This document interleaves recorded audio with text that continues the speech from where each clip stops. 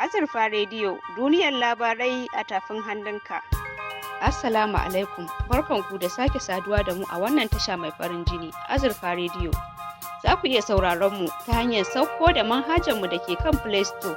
Haka kuma kuna iya sauraron mu akan shafin mu a dandalin sada zumunta na Facebook.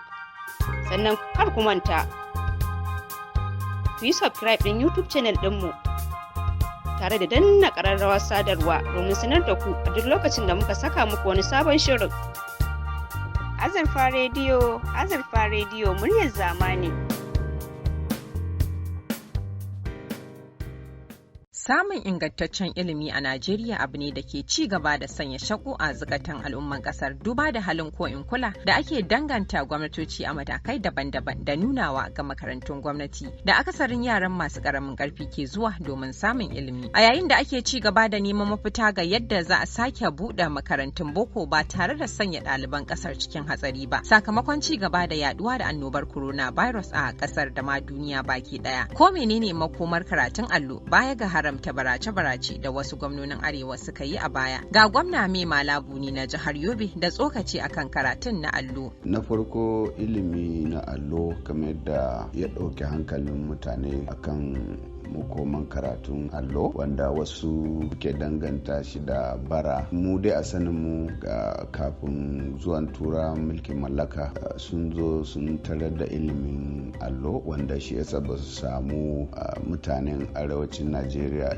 jahilce ba, ya ma amfanar da su wajen yadda za su mulki yankin arewa. Shi yasa aksari wanda suka yi karatun boko na farko suna zuwa makarantar boko kuma suna zuwa na allo a gwame. To amma yanzu tsari da muke so mu fitar, ya yi karatun allo, yana iya rubutu, yana iya karatu, wani kuma zai iya kiransa jahili don dai kawai bai je boko ba. To wannan ba daidai ba ne, dole ne a dubi yadda su ma za su amfana daga gwamnati, kuma a tsara yadda ilimin zai tafi da zamanin. A wani bangare kuwa, shugaban kungiyar gwamnonin arewa kuma gwamnan jihar Filato Simon Lalong ya bayyana cewa ai dama jihohi kowane jiha bisa ga dokar Najeriya an ce ya kamata kowane yaro yana da yanci ya je makaranta. Dole ne ka kai shi makarantar zamani. Saboda haka ko kana so ka mishi hada da almajirin shi, ai ba wai sai ka hana shi makarantar zamani ba, amma banda bara. Kowane jiha za ta nemi dabara da za a nemi a shigar da su domin gobe su zama mutane masu amfani. Shi ma shugaban kwamitin amintattu na gamayyar kungiyoyin arewa Nastura Ashir Sharif ya yi karin bayani akan makomar karatun allo a Najeriya. Wannan abu da suka yi cewar suna so su zauna su canja daftarin gudanarwa na ita makarantar allo, idan da za su yi haka abu ne mai kyau, saboda an yi irin wannan a wasu kasashe da dama inda suka juya makarantun allo irin yadda namu suke na gargajiya, suka mai da su madarasa kuma ana ba su ilimi na boko kenan. Idan har da gaske suke za su iya yi, abu ne wanda in aka ɗebo su malaman addinin, malaman makarantun Allah wanda aka san su, a ɗebo su, a ɗebo malaman su ilimi na boko da sannan a ɗauko mutane wanda suka san al'umma, suke zauna cikin al'umma, suke kamar misali masarautan gargajiya da sauransu, a zauna a